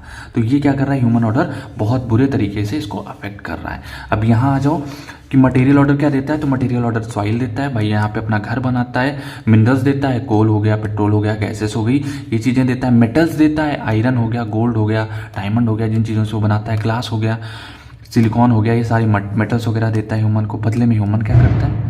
पॉल्यूटिंग द सॉइल, सॉइल को पॉल्यूट कर रहा है। Depleting the fossil fuels, fossil fuels को डिप्लीट कर रहा है, ख़त्म कर रहा है। पेट्रोल्स को, कोल को, मतलब धड़ाके से, धड़ल्ले से यूज़ कर रहा है। ख़त्म होने तो क्या करना है, कलयुग चल रहा है, तो ऐसे ख़त्म कर रहा है। अब ये चीज़ें हमने देख ली यहाँ पे हमने देख ली। अब देख लेते हैं कि एनिमल क्या कर रहे हैं। एनिमल में क्या दे रहे हैं? Production, transportation activities. Also animal इनको फूड भी देते हैं। अगर मैंने यहाँ नहीं लिखा है तो आप लिख लो, फूड भी देते हैं। जैसे गाय हमको दूध देती है, बकरी दूध देती है, जो सीप होती है वो हमको कपड़े के लिए ऊन वगैरह देती है ना। प्रोडक्शन में हेल्प करते हैं। सेकंड क्या है? ट्रांसपोर्टेशन एक्टिविटीज़ में कहीं इधर से उधर सामान ले जाना हो तो घोड़ी पे लाद लिए, गधा यूज कर लिए, ये चीज़ें हम कर लेते हैं, ठीक है। अब बदले में अब ह्यूमन इनको क्या दे रहा है? टेक केयर, बस इतना ही ध्यान रखता है, और जिसको पालता है उसी का ध्यान रखता है, और नहीं तो गली के कुत्तों को पत्थरे मारता है, ठीक है। अपने घर में कुत्ता पालेगा तो उससे कहेगा तुम रखवाली करो तभी तुमको रोटी देंगे, है ना। मेक देम एक्सटिंक्ट, इनको विलुप्त करने में आजकल आगे बढ़ रहा है। शौक के लिए शिकार करने निकल जाते हैं, बंदूक टांगे ढाई से मार दिए, अरे भाई मज़ा आ गया, देखो मेरा निशाना लग गया। तो ये चीज़ें करके फिर क्या, किल देम, मार रहे हैं उनको, टेरिबल पेन एक्सेट्रा। तो आई होप सो ये समझ गए आप, ये इंसान कर रहा है, ठीक है। आगे बढ़े। तो ये जब भी अगर ये क्वेश्चन है ना बॉस, तो ये बनाना ज़रूर। मुझे नहीं लगता कि इसमें आपको कोई डाउट है, अगर डाउट है तो कमेंट सेक्शन में पूछ लो। ऑल्सो अब कमेंट सेक्शन की बात आ गई तो इस वीडियो को लाइक करो अगर तुम्हें पसंद आ रहा है। मैं देखना चाहता हूँ आपका फेवरेट पार्ट इस पूरी वीडियो में, जो भी हो उसको कमेंट करो नीचे, ठीक है। आगे बढ़ते हैं। आगे क्या हमारा एक्सचेंज स्टोरेज, एक्सचेंज और स्टोरेज। अब ये पॉइंट भी अगेन इंपॉर्टेंट है, आपसे कोई भी पूछ सकता है। ये पूरा चैप्टर आप पढ़ लो, बहुत ही प्यारा चैप्टर है, बहुत ही सिंपल चैप्टर है। मुझे लग रहा है 1.5 घंटे लग जाएंगे मुझे, या अगर 2 लग जाए तो माफ़ी चाहता हूँ, बट देख लेना 2x में देखोगे 1 घंटे में निपट जाओगे, ठीक है। एक्सचेंज स्टोरेज देखें तो एक्सचेंज मतलब क्या होता है, विनिमय। विनिमय का मतलब क्या होता है, exchange of physical facilities between members of society with a view of mutual fulfilment. मतलब कि हमारे पास जो है और पड़ोसी के पास जो है उसको हम आपस में एक्सचेंज करें। बार्टर सिस्टम सुना है कि तुम्हारे पास 2 किलो गेहूं है, हमारे पास 1 किलो शहद है, तो 2 किलो गेहूं हमको दे दो, 1 किलो शहद हमसे ले लो। In the same way barter system की बात की जा रही है यहाँ पे, कि जो फिजिकल फैसिलिटीज़ हैं उनको हम सोसाइटी में बांट सकें। क्यों कि म्यूचुअल फुलफिलमेंट की तरीके से। अभी बार्टर में तो एक कंडीशन होती है कि मेरे पास ये है, मुझे वो चाहिए तो तुम मुझे दो। इसमें क्या है, दोनों चीज़ है कि अगर आपके पास नहीं भी है ना और आपको ज़रूरत है तो हम आपको दे दें, ठीक है। ये चीज़ इसमें आ जाता है। स्टोरेज क्या है, कोस। कोस का मतलब क्या होता है, storage of physical facilities that is left after fulfilling the needs of family. अब भाई सिंपल सा, अब आप बड़े किसान हो, आपके खेत में 50 बोरी चावल पैदा हुआ, तो क्या 50 बोरी खा जाओगे? 5 लोग हो घर में, 10 लोग हो घर में, नहीं ख़त्म होगा, है ना। 50 बोरी चावल साल भर में नहीं ख़त्म होगा। तो क्या करना पड़ेगा, करना क्या है कि आपको उस चावल में से अगर 10 बोरी 15 बोरी ख़त्म भी हो जाता है तो आप बाकी की 35 बोरियों को स्टोर कर लो। जैसे आलू आपने प्रोड्यूस किया, कोल्ड स्टोर में रख दो उसको ताकि ख़राब ना हो। अगर आपको लग रहा है कि यार अपना हो गया है, इतनी बोरी में हम लोग काफ़ी हैं, 15 में हो जाएगा, तो जो 35 उनको आप सोसाइटी में भी दान कर सकते हो कि भैया आप ये ले लो, आपको ज़रूरत है, आपके घर में खाना नहीं बन पाता है तो आप ले जाओ, है ना। ये चीज़ें हो गई। अब अगेन क्या है, both are done with a view of mutual fulfilment and not with the obsession for profit, accumulation, exploitation. तो भैया यहाँ बिजनेस की बात नहीं हो रही है, बिजनेस की बात अलग होगी, यहाँ बिजनेस की बात नहीं हो रही है। इन दोनों को क्यों, किस व्यू से किया जाता है, म्यूचुअल फुलफिलमेंट, कि सभी का कल्याण हो, सभी सुखी रहें। And not with the obsession for profit, कि भैया मैं रखे रहूँ, जब मौसम बढ़ेगा, मतलब जब डिमांड बढ़ेगी उतार देंगे मार्केट में, बेच देंगे, ऐसा नहीं। ये वो चीज़ यहाँ पे नहीं बात की जा रही, एक्यूमुलेशन की नहीं बात की जा रही, एक्सप्लॉयटेशन की बात नहीं की जा रही है, ये चीज़ें नहीं हो रही यहाँ पे। आगे बढ़े, एग्जाम्पल देख लो। एग्जाम्पल दे रहा हूँ, बहुत मस्त एग्जाम्पल दूंगा, समझ जाओगे। देयर आर 2 फैमिलीज, ये बहुत ही मतलब बेसिक एग्जाम्पल है और बहुत मुझे लग रहा है ठीक ठाक एग्जाम्पल पड़ेगा। 2 फैमिलीज हैं, एक आपका घर है ये, ठीक है, ये आपका घर है और ये सामने वाले का घर है, ठीक है। मैंने इतना बनाया है क्योंकि अब समझ जाना, ये आपका घर है और ये F1 है, ये F2 है। तो अब क्या है, F1 में एक बच्चा है क्लास 5 में, F2 में एक बच्चा है क्लास 6 में, F1 में एक बच्चा है क्लास 10 में और F2 में एक बच्चा है क्लास 9 में। भाई F1 जो फैमिली 1 है उसमें जो बच्चा क्लास 5 में है वो 1 साल बाद किस में जाएगा, क्लास 6 में जाएगा, और जो F2 है उसमें जो एक बच्चा है वो क्लास 7 में जाएगा, है ना, क्लास 7 में आया। तो अब ये समझो जो ये F2 है, F2 वाले के पास अभी और समझ लो पहले, अब ये जो F1 में एक बच्चा क्लास 10 में अगले साल किस में जाएगा, 11 में जाएगा, और ये क्लास 9 वाला बच्चा किस में जाएगा, 10 में जाएगा। तो सिंपल ये समझो कि फैमिली 1 में जो बच्चा 6वीं क्लास में गया है, इनके पास तो ऑलरेडी कक्षा 6 की किताबें हैं, तो ये कक्षा 6 की किताबें इनको दे दें, ठीक है। तो अब यहाँ पे क्या हुआ, म्यूचुअल फुलफिलमेंट हो गया, इसको नई किताब नहीं खरीदनी पड़ेगी, एक साल में बहुत ज़्यादा कोर्स नहीं बदलता है, जो बदलेगा उसको अपना हाई फाई कॉपी कर लेगा, उसमें काट कूट देगा। अभी देखो यहाँ पे बच्चा क्लास 11 में चला गया, क्लास 9 में है, ये 10 में पहुँचा है, तो इसको ज़रूरत है, तो क्लास 10 की किताबें इसको देते। तो अब देखो दोनों फैमिलीज़ में इस बच्चे की किताब, इस फैमिली की किताबें इस बच्चे को मिल गई, इस फैमिली की किताबें इस बच्चे को मिल गई, तो क्या हो गया, म्यूचुअल फुलफिलमेंट। नहीं तो इनको भी अलग से किताब खरीदो, तुम भी अलग से किताब खरीदो, तुम भी अलग से किताब खरीदो, तो ये चीज़ें बच गई। अच्छा दूसरा एग्जांपल ले लेते हैं, एक कम्युनिटी है, आप एक सोसाइटी में रहते हो, पढ़े लिखे लोगों की सोसाइटी है, अमीर हैं, जो भैया आजकल उनकी क्लासेस की किताबें ख़त्म हो गई हैं, ग्रेजुएशन सब खत्म हो गया, नौकरी कर रहे हैं, तो क्या पढ़ते हैं, think and grow rich, rich poor dad, rich and poor dad जो भी है, रिच डैड पुअर डैड।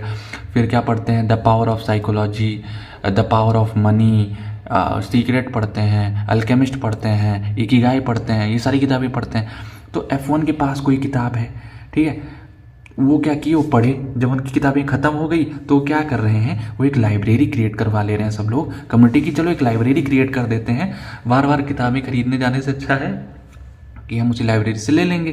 जैसे आजकल तो आप लोग भी लिटरेचर पढ़ ही रहे हो, सब लोग आपस में बात करते हैं, कहते हैं हाँ मैं भी पढ़ रहा हूँ, मैं भी पढ़ रहा हूँ, हाँ मैं तो वो रॉबर्ट ब्राउन की किताब पढ़ रहा हूँ, मैं तो इकिगाई पढ़ रहा हूँ, मैं तो हाउ टू बी हैप्पी ये किताब पढ़ रहा हूँ, सीक्रेट पढ़ रहा हूँ। तो ये सारी किताबें आपस में शेयर कर लेते हैं, तो कहते हैं एक काम करते हैं लाइब्रेरी बना देते हैं, लाइब्रेरी बनाए, वहाँ गए, F1 गया, किताब पढ़ने के बाद लाइब्रेरी में दे दिया, ठीक है। अब F2 गया, अपनी किताब पढ़ने के बाद लाइब्रेरी में दे दिया, ये गया, किताबें ख़त्म होने के बाद वहाँ जा कर के इन्होंने दे दिया। देने के बाद क्या हुआ, इन्होंने एक नई किताब ले ली, पुरानी दे करके, मतलब रिटर्न टेक, ठीक है, तो कुछ लौटाया कुछ ले लिया, इस तरीके से क्या हुआ, एक अच्छे तरीके से फुलफिलमेंट हो गया, समझे।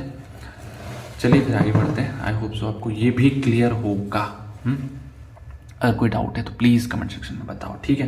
वीडियो पसंद आया तो लाइक मार देना है यार, क्या ही जाएगा। चलिए अगला क्या है, role of exchange storage in human society, तो ये 10 नंबर का क्वेश्चन आता है, ठीक है। और ये अगर पूछेगा एक्सचेंज स्टोरेज तो भैया 2 नंबर के लिए तैयार रहना, जो पिछला मैंने समझाया 2 नंबर में तो पक्का आएगा, ठीक है। आगे बढ़े, तो क्या रोल होता है एक्सचेंज स्टोरेज का एक ह्यूमन सोसाइटी में।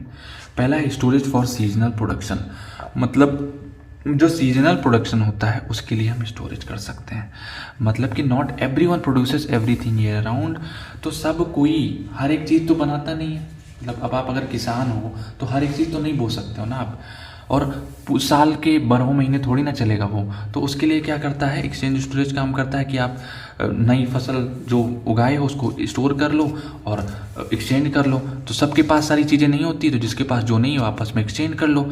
Access production is stored for future use, समझ गए, ठीक है। सेकंड क्या है, community storage facility. Community storage facility का मतलब क्या हुआ, village and social group should have storage for exchanging excess production. तो जो विलेज हैं, सोशल ग्रुप्स हैं, इनके पास एक स्टोरेज होना चाहिए जहाँ पे जाने के बाद आप 2 किलो गेहूँ दे करके 2 किलो चावल ले सको, जो भी जितनी रिक्वायरमेंट है आप वो चीज़ें दे करके दूसरी चीज़ ले सको, ठीक है। सेकंड क्या है, facilitates exchange with external markets for needed goods. तो इस तरीके से क्या होगा कि आप एक्सटर्नल मार्केट्स में भी उस चीज़ को दे पाओगे, उसको ट्रेड कर पाओगे, वहाँ से अपने ज़रूरत की चीज़ें भी ले सकते हो। थर्ड क्या है, non profit exchange. Non profit exchange मतलब exchange and storage operate without profit and loss, मतलब कि यहाँ पे ये नहीं होना चाहिए, जो ये कम्युनिटी मैंने कहा, जो कि ये कम्युनिटी स्टोरेज फैसिलिटी होनी चाहिए, यहाँ पे ये चीज़ नहीं होनी चाहिए कि हमारा नुकसान हो जाएगा। यहाँ पे कि आपको ज़रूरत है, आप इतनी चीज़ दीजिए, आप इतनी चीज़ ले जाइए, ठीक है। तो नॉन प्रॉफिट, यहाँ पे बिजनेस नहीं करना है हमें, जहाँ बिजनेस करना है वहाँ करो, वहाँ ये चीज़ें वैलिड है, ठीक है। अब सेकंड क्या है, ऑब्जेक्टिव सोर्स एंड सेल। तो यहाँ पे ऑब्जेक्टिव क्या है, सोर्स और sell. Primary goal should be source and sell the output of every family in village. तो हर फैमिली के जो आउटपुट है उनको बेचना, यहाँ पे मतलब सही से हर घर में पहुँच सके, ये हमारा ऑब्जेक्टिव होना चाहिए। सोर्स करो और सेल करो। माइंडसेट शिफ्ट, हमें माइंडसेट को शिफ्ट करना पड़ेगा। ये जो एक्सचेंज स्टोरेज है ये माइंडसेट को भी शिफ्ट करता है, कैसे, business mindset to production work mindset. तो जो बिजनेस माइंडसेट होता है उसको हटा करके क्या लाता है, प्रोडक्शन वर्क माइंडसेट, ठीक है। प्रिवेंटिंग होर्डिंग और कीपिंग। तो जो होर्डिंग होती है उसका मतलब कीपिंग हुआ, तो ये प्रिवेंट करता है रखने से, मतलब जो कम्युनिटी हो जाएगी वहाँ पे आप जाके अपनी चीज़ों को शेयर कर सकते हो। Discourages hoarding of goods. तो जो गुड्स होते हैं उनको एक जगह रखना ये डिस्करेज करता है। Good sold and purchase based on effort, utility, art, value. ठीक है। 7 क्या है? Cyclical exchange system. जो एक्सचेंज सिस्टम है हमारा वो क्या है? साइक्लिकल है और establishes a cyclical exchange system based on effort, value, free of profit and loss. तो जो तरीका है हमारा वो भी एक साइक्लिकल बन जाता है और हमको हर दिन कुछ ना कुछ मिल जाता है खाने के लिए, जो भी हमें सीजनल नहीं होता है वो भी। ठीक है। तो अगला टॉपिक देखें एंड आई थिंक ये लास्ट है, लास्ट टॉपिक है या तो लास्ट टॉपिक है हमारा क्या है? Justice preservation. जस्टिस का मतलब क्या होता है? सुना है ना, जज साहब क्या करते हैं? जस्टिस करते हैं। जस्टिस का मतलब होता है न्याय। न्याय क्या होता है? It is utmost human value. तो जो एक इंसान है उसकी अटमोस्ट ह्यूमन वैल्यू है। न्याय एक बहुत ज़रूरी चीज़ है इंसान की ज़िंदगी में। आपके साथ हमेशा पार्शियलिटी होगी ना तो मूड खराब हो जाएगा आपका। आप चाहते हो कि हर रिश्ते में एक ट्रांसपेरेंसी हो। सुना है वर्ड कि हमारे तुम्हारे रिश्ते में एक ट्रांसपेरेंसी होनी चाहिए। तो ट्रांसपेरेंसी यही है भैया, हम आपको कुछ दे रहे हैं, आप हमको कुछ दो। हम आपको ये 1-2 घंटे में पूरा चैप्टर निपटवा दे रहे हैं आपको, तो आप भी हमारे वीडियो को लाइक करो, चैनल को सब्सक्राइब करो, नीचे एक प्यारा सा कमेंट करो, ये आपका फर्ज बनता है। ठीक है, कर देना यार। ठीक है। तो क्या है? जस्ट बिहेवियर और फेयर ट्रीटमेंट। तो जस्टिस का मतलब क्या होता है कि जो हमारा बिहेवियर है वो हमारा जस्ट होना चाहिए। जस्ट मतलब विदाउट एनी मतलब कि ओपेक थिंग, मतलब एक तरीके से समझ लो उसमें न्याय होना चाहिए। जस्ट का मतलब है कि फेयर होना चाहिए, फेयर बिहेवियर होना चाहिए और फेयर ट्रीटमेंट होना चाहिए। अब तीसरा क्या है? 4 एलिमेंट्स ऑफ जस्टिस। क्या क्या है एलिमेंट्स? पहला है रिकग्निशन ऑफ वैल्यूज़। तो सबसे पहले वैल्यूज़ को रिकग्नाइज करना है यहाँ पे। सेकंड क्या है? Fulfilment. Third evaluation. 4 mutual happiness insured. Example की मदद से आपको ये चारों पॉइंट मैं समझा देता हूँ। तो एक क्लासरूम में आप जिस कॉलेज में पढ़ रहे हो वहाँ पे एक टीचर है, उसने कहा कि यार बच्चों से मुझे इस टॉपिक पे सबकी राय जाननी चाहिए। अब सबकी राय क्यों भाई? वो चाहता तो डिक्टेटर कर सकता कि जो मुझे पसंद है मैं वही करूँगा। जैसे क्लास चलानी है, ठीक है, कि कितने बजे क्लास चलाऊँ। अब वो बोलेगा नहीं मैं इतने बजे फ्री हूँ, मैं इतने बजे करूँगा, दुनिया इधर से उधर हो जाए, आई डोंट केयर। तो उसने ये चीज़ ना सोच करके क्या सोचा कि बच्चों से पूछते हैं बच्चे कब फ्री हैं, बच्चों का क्या मन है, किस टॉपिक पे पढ़ाना चाहिए, किस टॉपिक पे नहीं पढ़ाना चाहिए। तो उसने कहा क्लासरूम में गया और डिस्कशन चालू किया।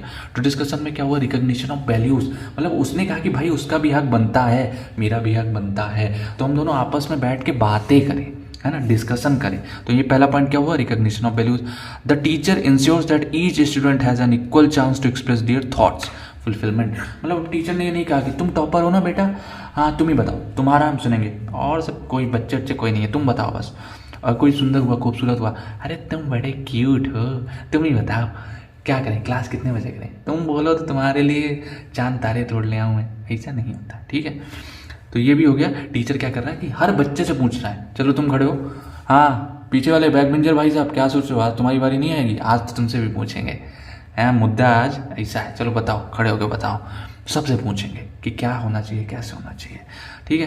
तो ये क्या हो गया? Fulfilment. After the discussion the teacher provides constructive feedback on everyone's contribution, evaluation. अब मान लो कोई बढ़िया टॉपिक पे बात चल रही है, ठीक है, कि नोटबंदी सही हुआ या गलत हुआ, टीचर ने टॉपिक दिया, सबसे पूछा, सबका व्यू जाना, सबका व्यू जानने के बाद क्या टीचर ने बताया, बेटा तुमने जो बोला ना इस चीज़ में ये कमी थी और ये सुधार हो सकता है, ठीक है। तो कंस्ट्रक्टिव फीडबैक दिया ऑन एवरीवन्स कंट्रीब्यूशन, सबको दिया, ये नहीं कि टॉपर वाले को दे दिया और निपटो सब लोग। इवैल्यूएशन हो गया, ठीक है। As a result, atmosphere in class becomes positive and students feel heard and valued. तो अब क्या हुआ? पूरे क्लास में लगा यार कि अपनी भी थोड़ी इज्जत है, ऐसा नहीं है कि ये पागल बोल के चले जाते हैं।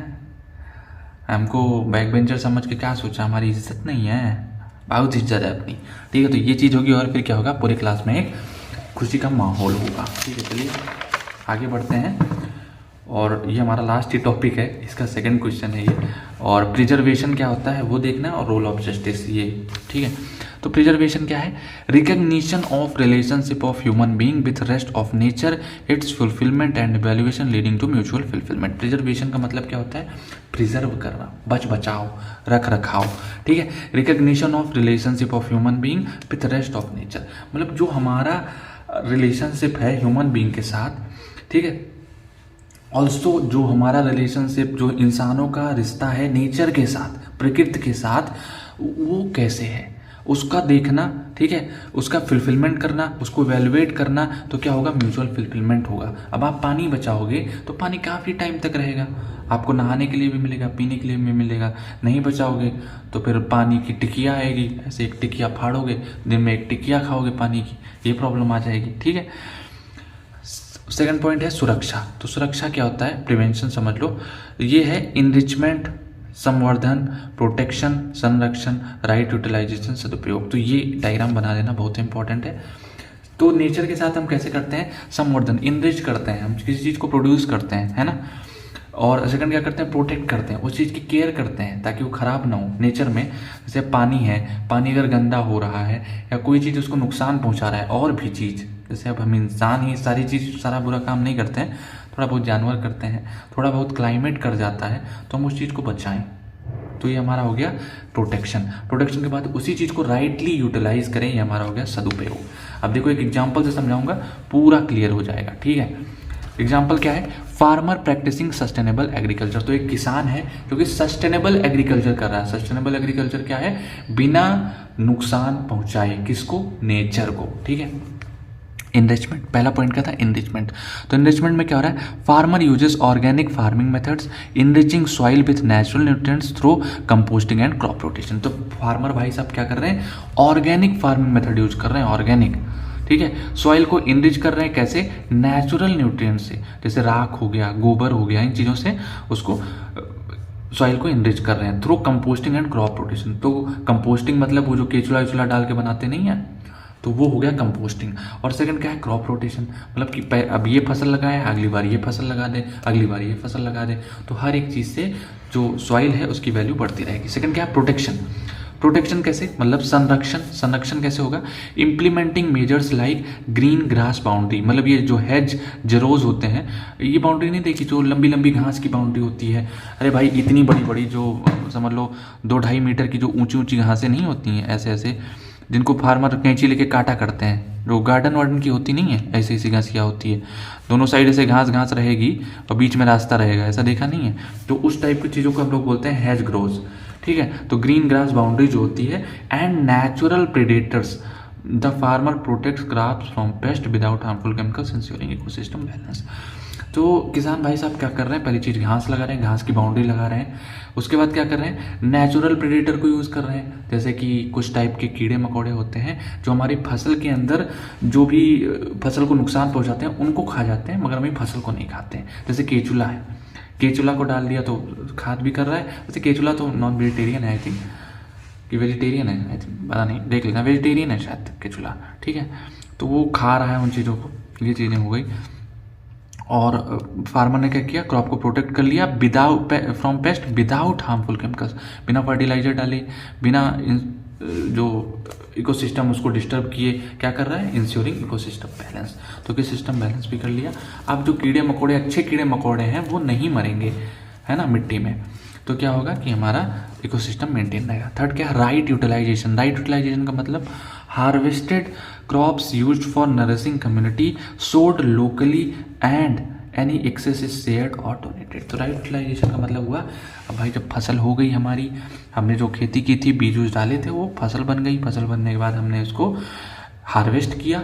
हार्वेस्ट करने के बाद क्या किया, हमने उसको खाया, हमने अपनी कम्युनिटी को दिया, लोगों में बेचा, लोकली बेचा, एंड एनी एक्सेस, अब भाई ज़्यादा हो गया तो हमने क्या किया, उसको शेयर कर दिया या डोनेट कर दिया, ठीक है। तो ये हो गया राइट यूटिलाइजेशन। तो आई होप सो प्रिजर्वेशन भी आपको समझ में आ गया होगा। लास्ट चलते हैं, और अगेन ये सारे टॉपिक्स पढ़ना है आपको, क्योंकि जो इस टाइप के क्वेश्चन हैं वो तो एक फिक्स है आपको, ठीक है। 10 मार्क्स में जितने भी रोल ऑफ हैं उनको पढ़ लेना, बेड़ा पार हो जाएगा 10 नंबर में, ठीक है। तो हमारा लास्ट पॉइंट क्या है, role of justice and preservation in development of universal human society. क्या रोल है यूनिवर्सल ह्यूमन सोसाइटी बनाने में जस्टिस और प्रिजर्वेशन का। तो जस्टिस फॉस्टर्स इक्वालिटी।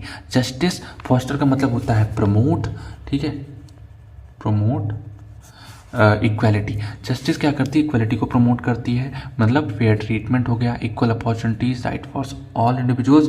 तो जैसे अब वोट देने का हक अगर सिर्फ एक इंसान को हो या एक टाइप के इंसान को, एक कम्युनिटी को हो, तो कितना बुरा होगा भाई, हमारा नेता है ही नहीं वो, ऐसा बोलोगे तुम। या फिर अब कोई ऐसे काम हो गए जिसमें सबकी सहमति ना हो, बोले कि ये बड़े लोग हैं यही करेंगे जो करेंगे, तुम छोटे लोग हैं तुम लोग क्या कर पाओगे, तो ये चीज़ें ना हो, सभी के लिए राइट्स हों। सेकंड क्या है, प्रिजर्वेशन सस्टेन्स इकोसिस्टम।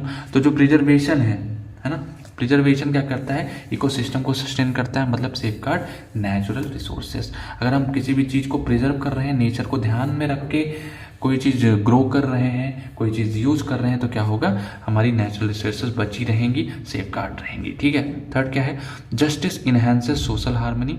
मतलब जो जस्टिस है वो सोशल हार्मनी, मतलब कि समाज में जो शांति है, पीस है, उसको भी इन्हेंस करती, इन्हेंस मतलब इंक्रीज करती है। Fair legal system and ethical standards integral to justice. मतलब जो लीगल सिस्टम है, मतलब अब बड़ी जात वाला ऊंची जात वाला छोटे जात वाले को थप्पड़ मार दे चलेगा, नीचे जात वाला बड़े वाले को नहीं मार सकता है।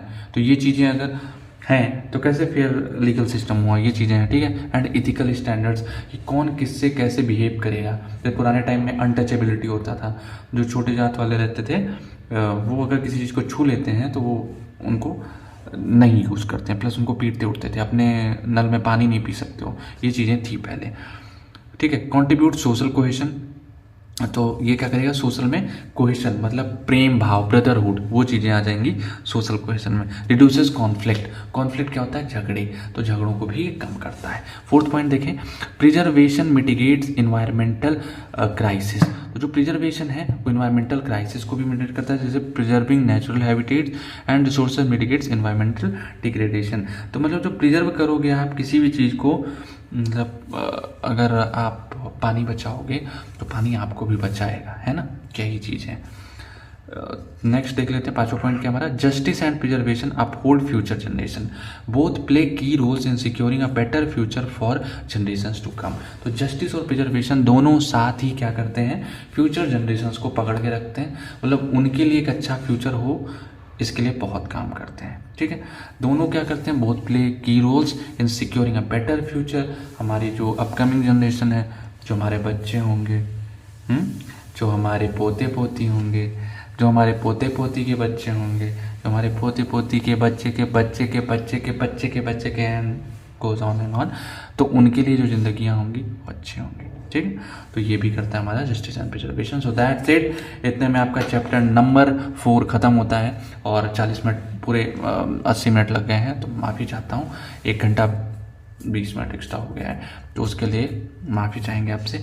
बाकी इस यूनिट को अप टू एक्स में कंप्लीट कर लोगे, बड़ी जल्दी ख़त्म हो जाएगा, अगर ख़त्म हो ही गई यार अब तो ठीक है, ख़त्म हो गई तो थैंक यू सो मच। यहीं पे वीडियो एंड होगा। अब एक रिक्वेस्ट है आपसे कि अगर पूरी यूनिट में आपको कोई भी पार्ट फेवरेट लगा हो, अच्छा लगा हो, तो प्लीज़ कमेंट करना, बड़ा मोटिवेशन मिलता है, ठीक है। मिलते हैं आपसे अगली वीडियो में जल्दी, तब तक के लिए चैनल को सब्सक्राइब करिएगा और प्यार बनाए रखिएगा। Bye bye, love you, take care.